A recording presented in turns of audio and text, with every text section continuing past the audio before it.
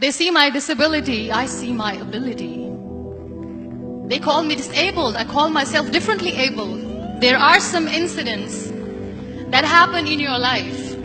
Those incidents break you, deform you, but they mold you into the best version of you. And the same thing happened to me. I was 18 years old when I got married. My father wanted me to get married. And all I said was, if that makes you happy, I'll say yes. And of course, it was never a happy marriage. Just about after 2 years of getting married, I met a car accident. Somehow my husband fell asleep and the car fell in the ditch. He managed to jump out, saved himself. I'm happy for him. But I stayed inside the car and I sustained a lot of injuries. The list is a bit long, don't get scared. The wrist was fractured. Shoulder bone and collarbone were fractured. My whole rib cage got fractured. And because of the rib cage injury, lungs and liver were badly injured. I couldn't breathe.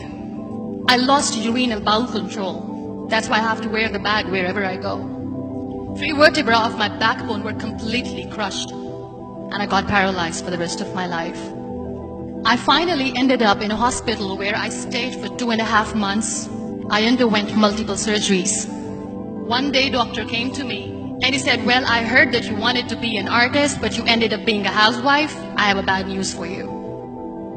You won't be able to paint again because your wrist and your arm are so deformed, you won't be able to hold a pen again. Next day, doctor came to me and said, your spine injury is so bad, you won't be able to walk again. Because of your spine injury and the fixation that you have in your back, you won't be able to give birth to a child again.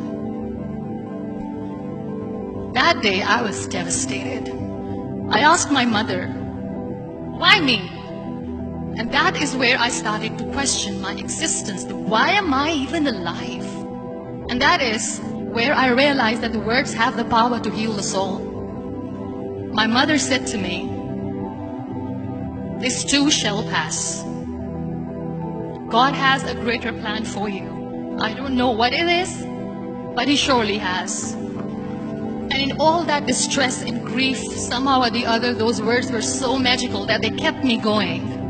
One day I asked my brothers, I know I have a deformed hand, but I'm tired of looking at these white walls in the hospital and wearing these white scrubs. I'm getting tired of this. I want to add more colors to my life. I want to do something. Bring me some colors, bring me some small canvas. I want to paint. So the very first painting I made was on my deathbed, where I painted for the very first time. It was not just an art piece or just my passion. It was my therapy. And then I was discharged and I went back home. And I went back home and I realized that I had developed a lot of pressure ulcers on my back and on my hip bone. I was unable to sit. There were a lot of infections in my body, a lot of allergies. So doctors wanted me to lie down on the bed straight for not 6 months, for not 1 year, for 2 years. I was bedridden, confined in that one room, looking outside the window, listening to the birds chirping, and thinking maybe there will be a time when we'll be going out with the family and enjoying the nature.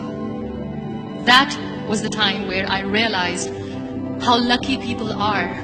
That is the time where I realized that the day I'm going to sit, I'm going to share this pain with everyone to make them realize how blessed they are, and they don't even consider them lucky.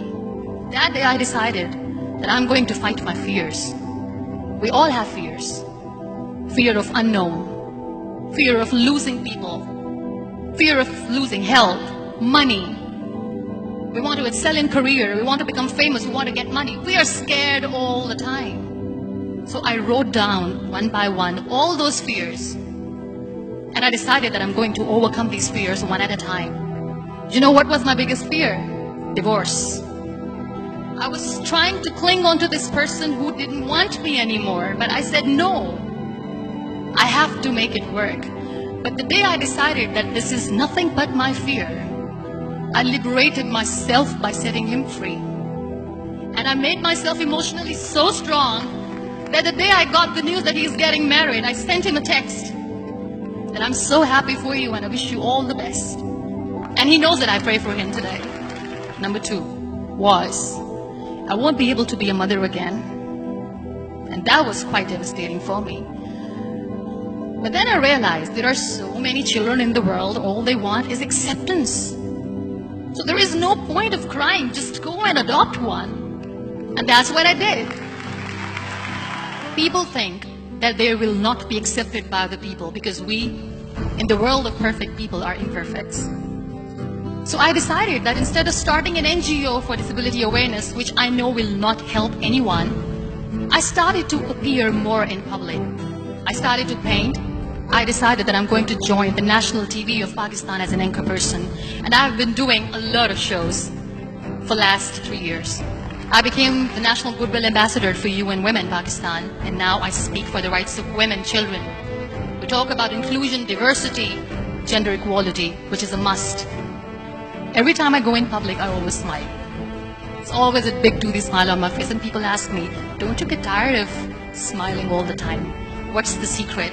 I always say one thing, that I have stopped worrying about the things that I have lost, the people that I have lost. Things and people who were meant to be with me are with me. And sometimes, somebody's absence makes you a better person. Cherish their absence. It's always a blessing in disguise. Live your life fully. Accept yourself the way you are. Be kind to yourself. Be kind to yourself. I'll repeat, be kind to yourself, and only then you can be kind to others. Love yourself and spread that love. Life will be hard, there will be turmoil, there will be trials, but that will only make you stronger. So when you accept yourself the way you are, the world recognizes you.